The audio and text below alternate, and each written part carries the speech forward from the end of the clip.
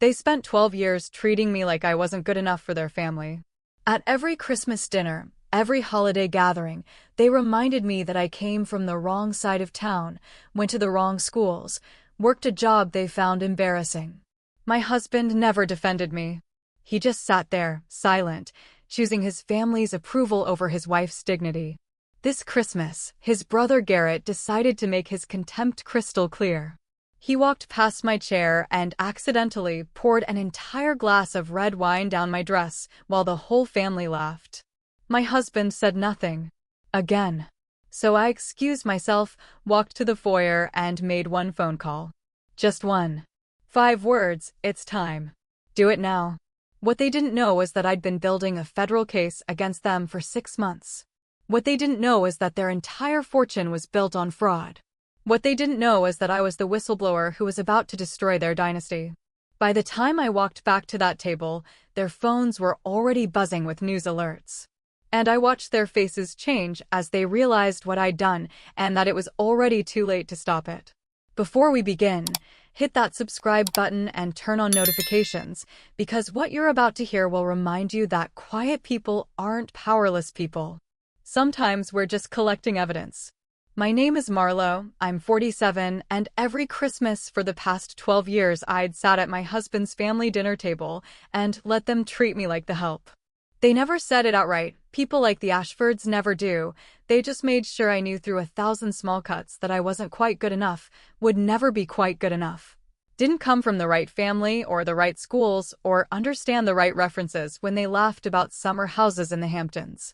This year's dinner was at Preston and Vivian Ashford's estate in Greenwich, the kind of house that has a name instead of an address, where the driveway is longer than most people's streets.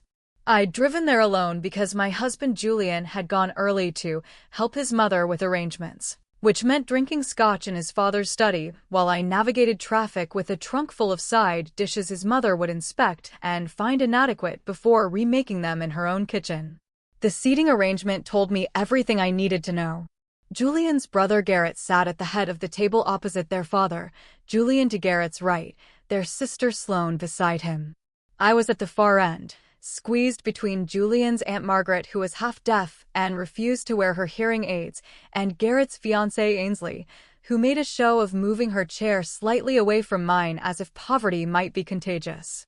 Garrett had always been the worst of them, investment banker, entitled, the kind of man who'd never been told no and treated service staff like furniture that occasionally spoke.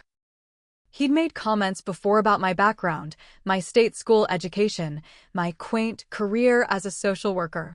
Julian never defended me, just smiled uncomfortably and changed the subject, which somehow felt worse than if he'd joined in. Dinner started with the usual interrogation, disguised as polite interest. "Still working with those people in the Bronx?" Vivian asked, her tone suggesting I'd chosen to volunteer at a landfill.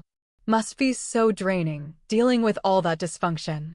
I smiled and said it was fulfilling, watching her process the idea that someone might find purpose in something other than charity galas and country club committees. Garrett leaned back in his chair, wine glass in hand, already 3 drinks in and loosening toward cruelty. "Julian tells us you're up for some kind of promotion." "That's sweet." "What is it, senior social worker?" "Manager of social working." The table laughed, that polite titter that pretends meanness is wit. Julian stared at his plate. I took a sip of water and said nothing, which I'd learned was the safest response to Garrett's provocations. But Garrett wasn't finished. He never was once he'd had an audience and enough alcohol to feel invincible. "You know, Marlo, I've always wondered, do you actually make a difference, or are you just enabling people to stay exactly where they are? Seems like welfare with extra steps." He said it casually, like he was discussing the weather, and I felt Julian's hand briefly touch my knee under the table, a plea to let it go, to not make a scene, to remember whose family this was. I'd spent 12 years letting it go. 12 years of staying quiet while they mocked my work, my family, my worth. 12 years of pretending their money made them better rather than just louder. But something had changed in the past 6 months, something they didn't know about yet, something that made Garrett's smirk and Vivian's condescension and Julian's cowardice feel suddenly very small and very manageable. Then Garrett stood up to refill his wine glass, stumbled slightly, drunk, as usual, and as he walked past my chair, he accidentally tipped his glass forward, sending a full pour of Cabernet across my cream-colored dress, the one I'd saved for months to buy. The one I'd chosen specifically because it looked expensive even though it wasn't.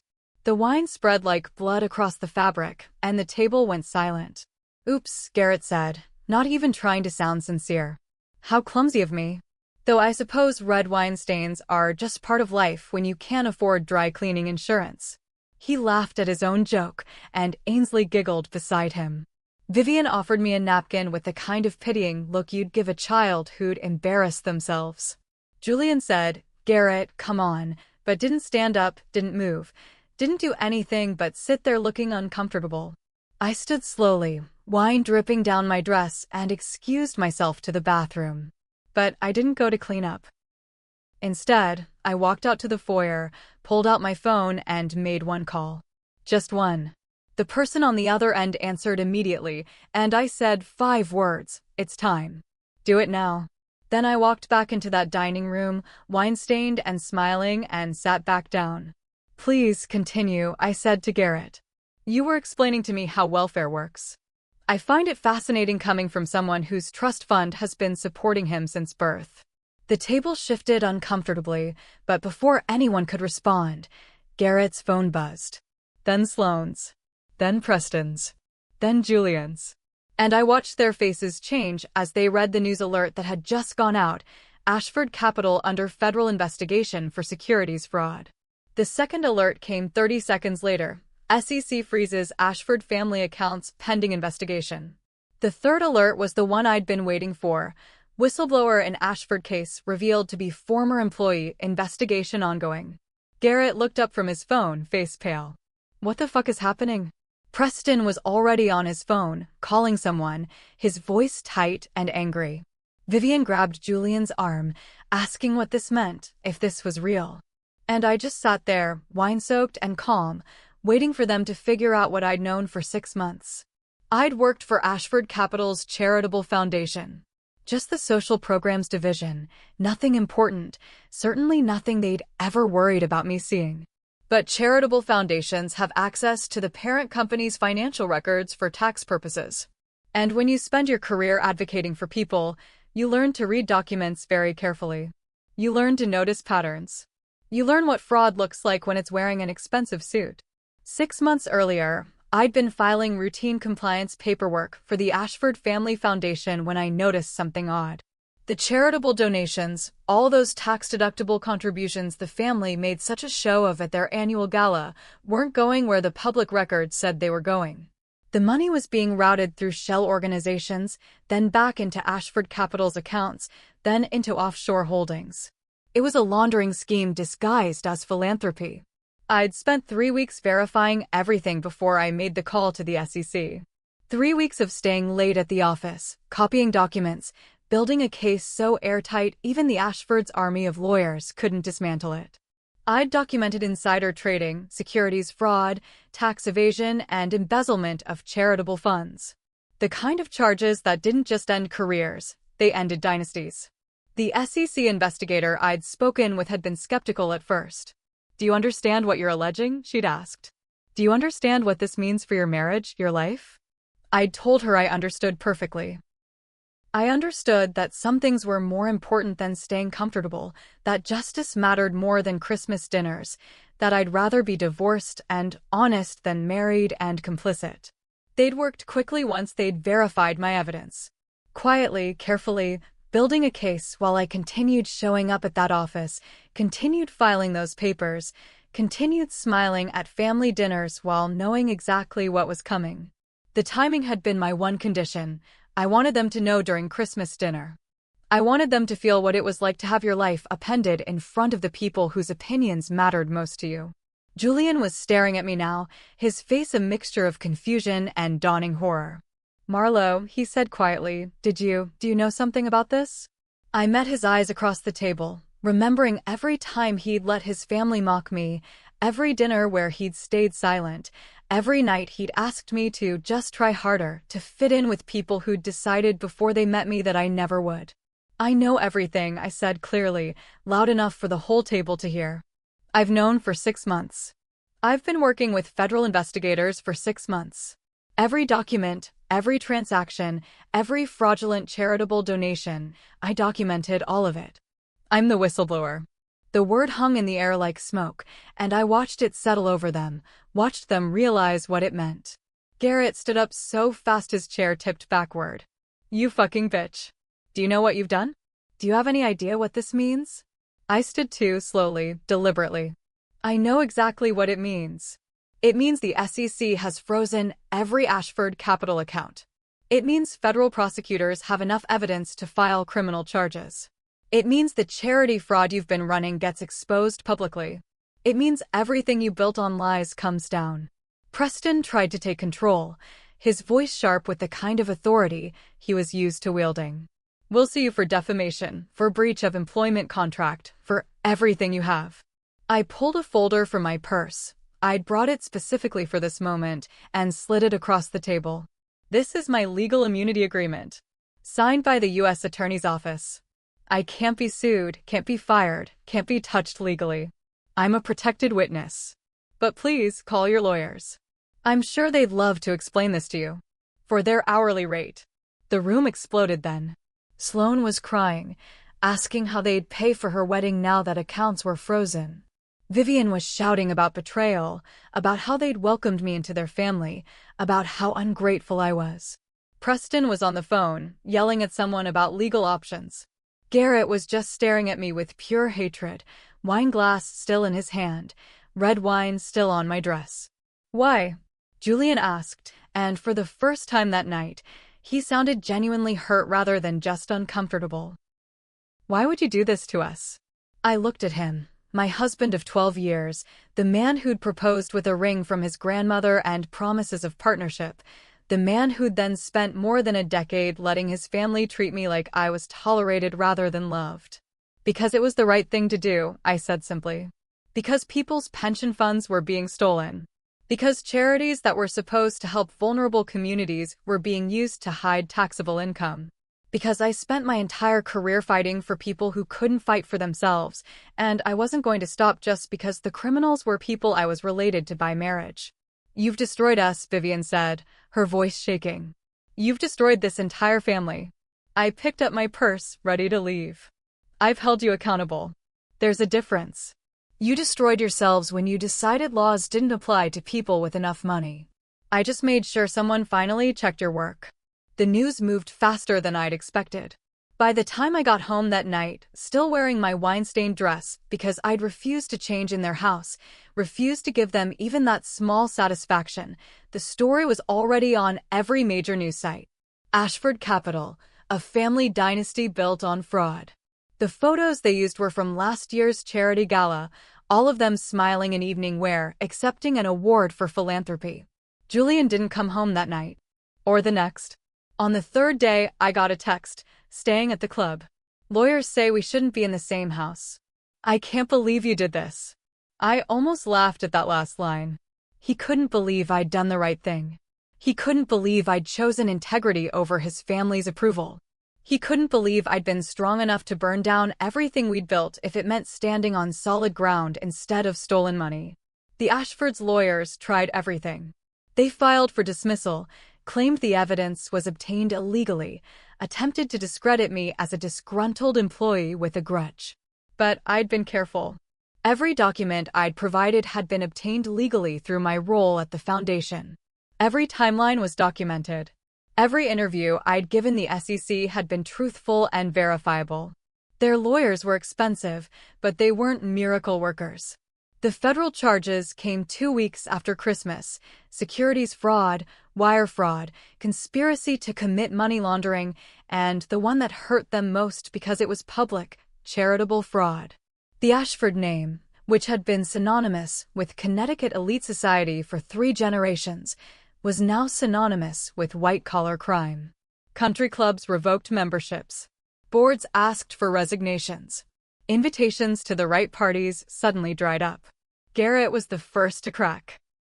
His fiancée Ainsley broke off their engagement within a week, releasing a statement about discovering values incompatible with her own, which everyone knew meant she'd found a richer family to marry into. Without his trust fund access, Garrett couldn't maintain his lifestyle, couldn't make payments on his Manhattan apartment, couldn't afford the bottle service and luxury vacation lifestyle he'd built his entire identity around.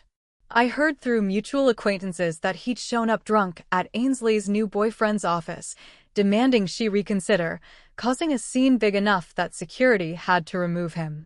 The video made it onto social media, and watching Garrett, who'd spent so many years mocking people he considered beneath him, being escorted out of a building by security guards felt like the universe finally finding its balance.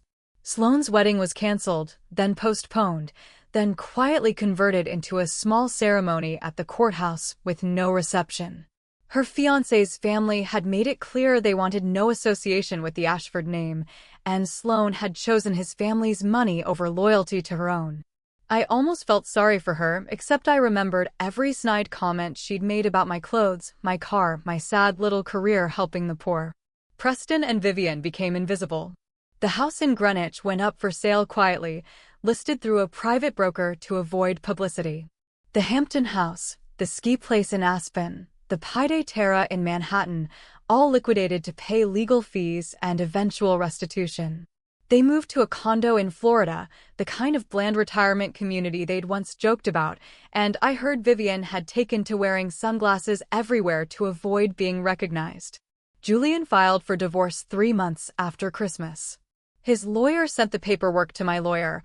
We'd stopped speaking directly by then, with a proposal that was almost insulting in its assumptions.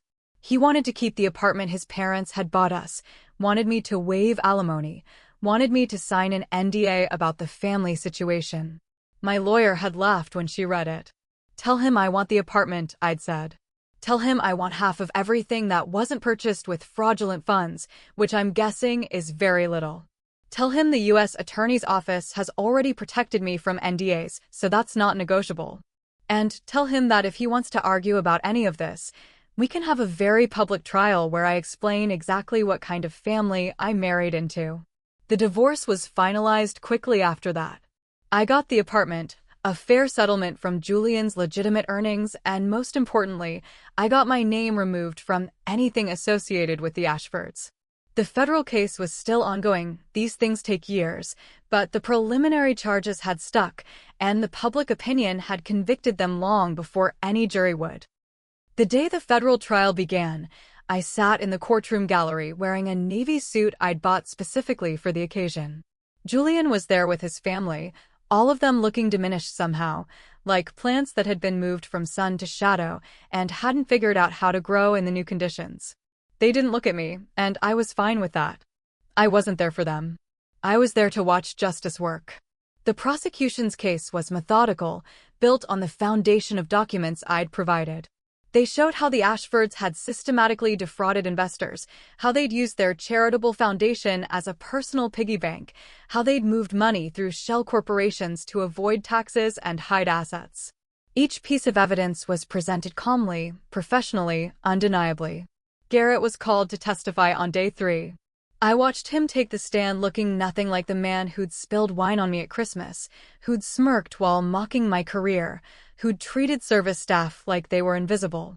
Prison clothes didn't carry the same authority as custom suits, and without his family's money and name backing him up, he was just another defendant who'd gotten caught. The prosecutor asked him about specific transactions, specific meetings, specific decisions. Garrett tried to deflect, to claim he hadn't known, hadn't been involved, had just been following his father's directions. But the paper trail I'd documented showed otherwise. He'd signed off on fraudulent investments. He'd authorized the shell company transfers. He'd personally benefited from funds that were supposed to go to homeless shelters and addiction treatment programs. When the prosecution introduced evidence of the charitable foundation fraud, showing how money donated for youth programs had been diverted to offshore accounts, I saw Julian close his eyes. He'd known. Maybe not all of it, maybe not the full extent, but he'd known enough. And he'd said nothing. That's what 12 years of marriage had taught him, how to stay quiet when speaking up might cost him something. The verdict came after 2 weeks of testimony, guilty on all major charges. Preston got 15 years. Garrett got 12. Sloane, who'd played a smaller role, got 5 years and probation. Julian, who the prosecution agreed had been more peripherally involved, got 3 years and a massive fine. Vivian, who'd known everything but hadn't technically committed the crimes, got probation and community service. Fitting, I thought, that she'd finally have to do real charity work. The restitution numbers were staggering. The Ashfords owed over $200 million to defrauded investors, charitable organizations, and the IRS. Everything they owned would be liquidated. The family name would be associated with fraud for generations. And I'd been the one to make sure of it. After the verdict, Julian's lawyer asked if I'd be willing to write a character letter for his sentencing hearing, something about how he'd been a good husband, how he deserved leniency. I'd declined. He wasn't a good husband, I'd told the lawyer. He was a convenient one. There's a difference. 2 years after that Christmas dinner, I stood in the office of the nonprofit I'd started with part of the Whistleblower reward money I'd received from the SEC.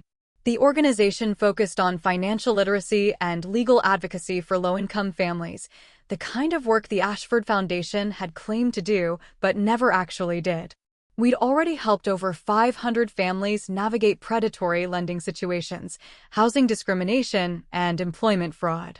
The walls were covered with thank you notes from clients, photos of families who'd been able to stay in their homes, children who'd been able to stay in their schools. This was what charity looked like when it wasn't performative, when it wasn't a tax shelter disguised as altruism. This was what happened when you actually meant the mission statement you printed on your brochures. I'd testified before Congress about charitable fraud, about the need for stricter oversight of family foundations, about how easily the wealthy could use philanthropy as a tool for tax evasion and money laundering. The laws I'd helped inspire weren't perfect, but they'd closed loopholes, increased penalties, required more transparency. The Ashfords wouldn't be the last family caught, but they'd made it harder for others to follow their path. My team was small, but dedicated, mostly former social workers who understood the communities we served, who'd seen firsthand how the system failed vulnerable people. We didn't have a lot of money, but we had enough, and we used every dollar the way it was supposed to be used. No fancy galas, no charity balls, no photo ops with politicians. Just quiet, consistent work that actually changed people's lives. Julian got out of minimum security prison after serving 18 months of his 3-year sentence. I heard he'd moved to Colorado, taken a job doing financial planning for a small firm, lived quietly. He'd sent me one letter while incarcerated, apologizing for not defending me, for letting his family treat me the way they had, for choosing their approval over our marriage. I'd read it once and filed it away without responding. Some wounds deserve acknowledgement, but not all acknowledgments deserve forgiveness. He'd had 12 years to stand up for me, 12 years to tell his family that their behavior was unacceptable, 12 years to choose partnership over inheritance. He'd chosen wrong every time. His apology didn't change that. Garrett got out after serving 9 years, early release for good behavior, which seemed ironic for someone who'd shown no good behavior in his entire privileged life before prison. I heard he was working construction now, living in a trailer park in Nevada, as far from Connecticut society as he could get. The arrogance had been beaten out of him, someone said, though I suspected it was more that he'd learned the hard way that arrogance without money just looks like delusion. Sometimes I thought about that Christmas dinner, about Garrett spilling wine on my dress, about the call I'd made in the foyer while they laughed at my expense. People asked me sometimes if I regretted it, if it had been worth destroying my marriage, disrupting my life, becoming permanently associated with the Ashford scandal. The answer was always the same. I didn't destroy anything. I revealed what had already been destroyed beneath a layer of expensive polish. On the 2-year anniversary of the verdict, my team organized a small celebration at the office. Nothing fancy, just pizza and sparkling cider and gratitude for the work we'd been able to do. One of our clients, a woman named Rosa who we'd helped save from foreclosure, gave a short speech about how the organization had given her family a second chance, how she'd been able to keep her kids in their school, how she'd learned to build credit and savings for the first time. Listening to Rosa talk, I thought about Vivian Ashford's charity gala speeches, about how she'd talked about making a difference while wearing jewelry that cost more than some families earned in a year. I thought about how easy it is to claim generosity when you're not actually giving up anything that matters to you. Real charity, real justice, requires sacrifice.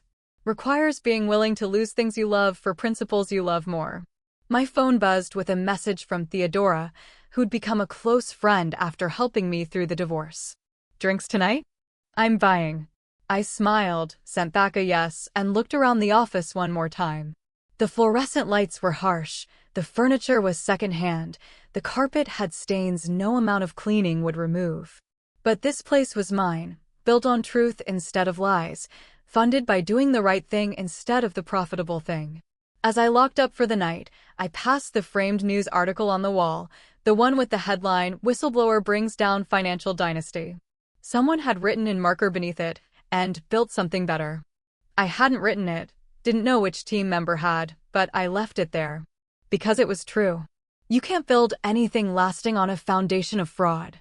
Eventually, it all comes down. And when it does, you can either stand in the rubble mourning what was, or you can start building something worth standing on. I'd made my choice that Christmas night with one phone call. Everything after that was just following through on the promise I'd made to myself years ago, that I'd rather be good than comfortable, honest than accepted, right than rich. The Ashfords had taught me what not to be, what not to tolerate, what not to stay silent about. And for that lesson, expensive as it was, painful as it had been, I was almost grateful. Some people spend their whole lives learning to stand up. I'd learned it in one night, with a wine-stained dress and a phone call that changed everything. I walked out into the evening air, heading toward the subway I'd always taken, toward the life I'd always had, the life I'd rebuilt with my own hands.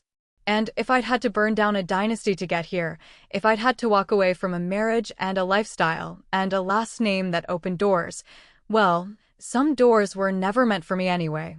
I was building my own doors now. And they opened for people who'd earned entry, not bought it.